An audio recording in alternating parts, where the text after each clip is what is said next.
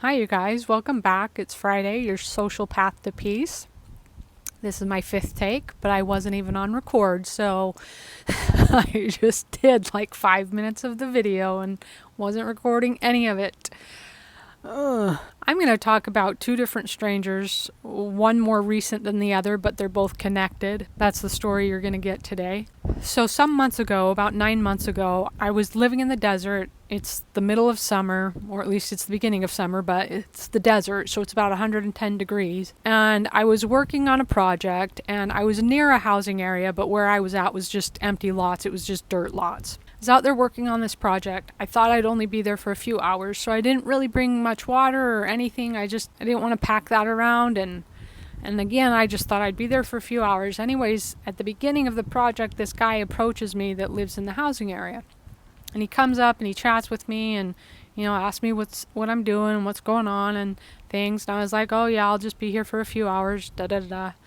Well, he was having a party over at his house, which I could see from where I was at. A pool party with some friends and stuff. Anyways, as the day continues to go on, I'm like dying of water. I just need water. And I already showed you guys pictures of my feet. My feet were swollen and in pain, and I was just not having a good moment. And I was more filthy than normal now because all the dust and the dirt, it was a bit windy. And anyways, this guy comes over like hours later and his pool party's dying down. And he's like, wow, I thought you were only going to be here. And I was like, so did I. And he's like, well, here, we made you a plate of food. And he brings this big, like American size plate of food. Really, I could have broke that up into like 3 meals. But I was so hungry. So I almost ate the whole thing. I did have some left over for the next day meal. But he's like, do you need any water? Do you need anything else? I'm like, please. So he brought water over. I was so super grateful for that.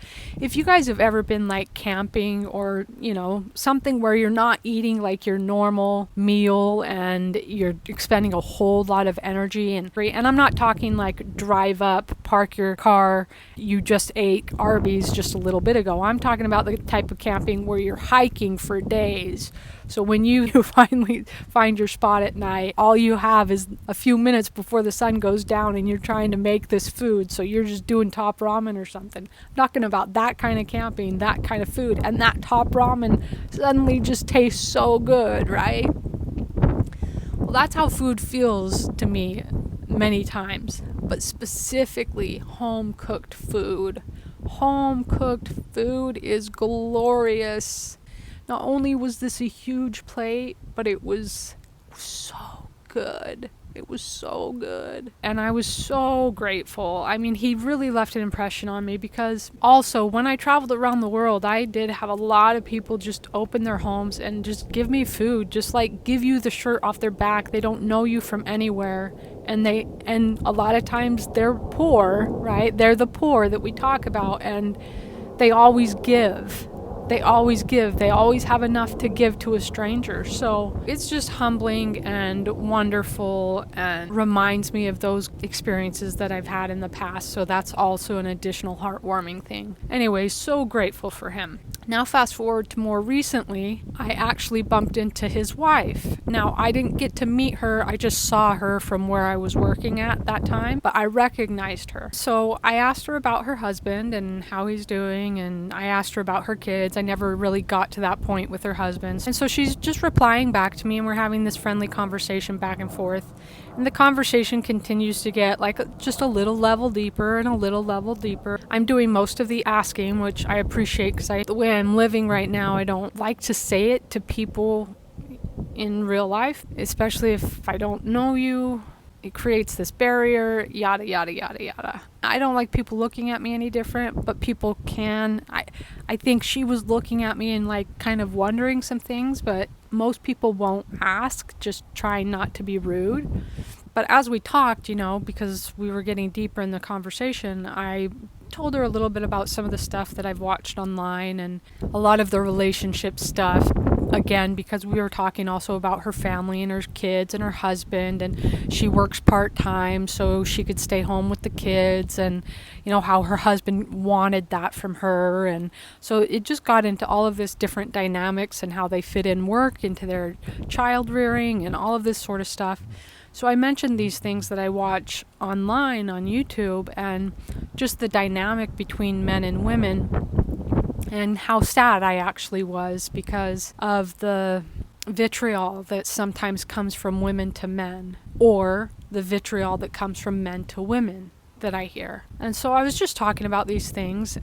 She started talking a little deeper about her relationship with her husband and how grateful she was and what a good man he was. And I was also telling her, he was such a good and kind act that he did, giving me that plate of food, and how hungry and how I didn't have any water. And and she went on with that, and she's like, yes, my husband's very good and this and that. And I was like, well, what are some of the things that kind of stood out to you that made you want to marry him in the first place? And we just went back and forth, and she just praised her husband. And I was like, this is, to be honest with you, like, this is such a refreshing conversation. Like, I really wanted to talk to her for hours.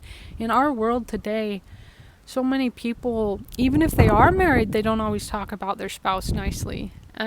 Sometimes we forget why we married the person, or sometimes we don't see the same person that we originally married, but they don't see that in us either, right? So there's just this conflict, and sometimes we hear so much about the conflict we forget that it can be good too. So I just told her, I was like, man, it's just so refreshing to hear you say this. And she's like, oh, well, we just had a big fight last night.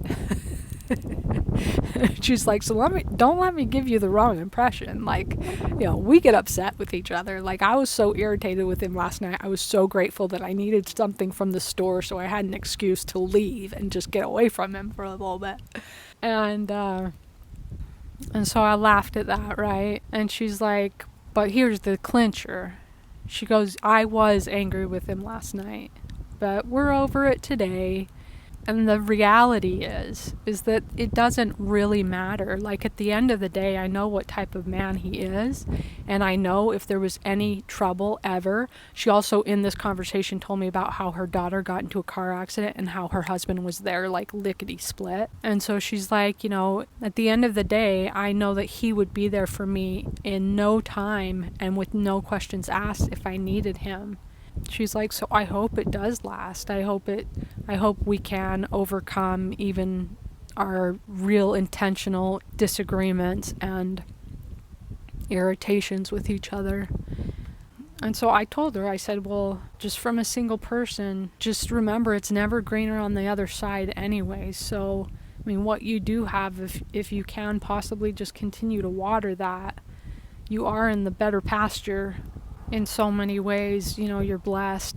So again, I actually wish the conversation was a lot longer, but it was long. It was at least an hour. So I just really appreciate it. There's a lot more I could say about it, but I just really appreciated it. And that was the lasting lesson and feeling that I left with. Just the hopefulness of marriage and companionship, respecting the sexes, and the way she praised her husband despite her irritations. I really, really appreciated that. So I don't know if I said all of that well. Again, I recorded this a number of times. I hope it came out good enough where you guys could glean something from it as well. I was grateful to be able to meet her, and that feeling I don't think is going to leave me for quite some time later.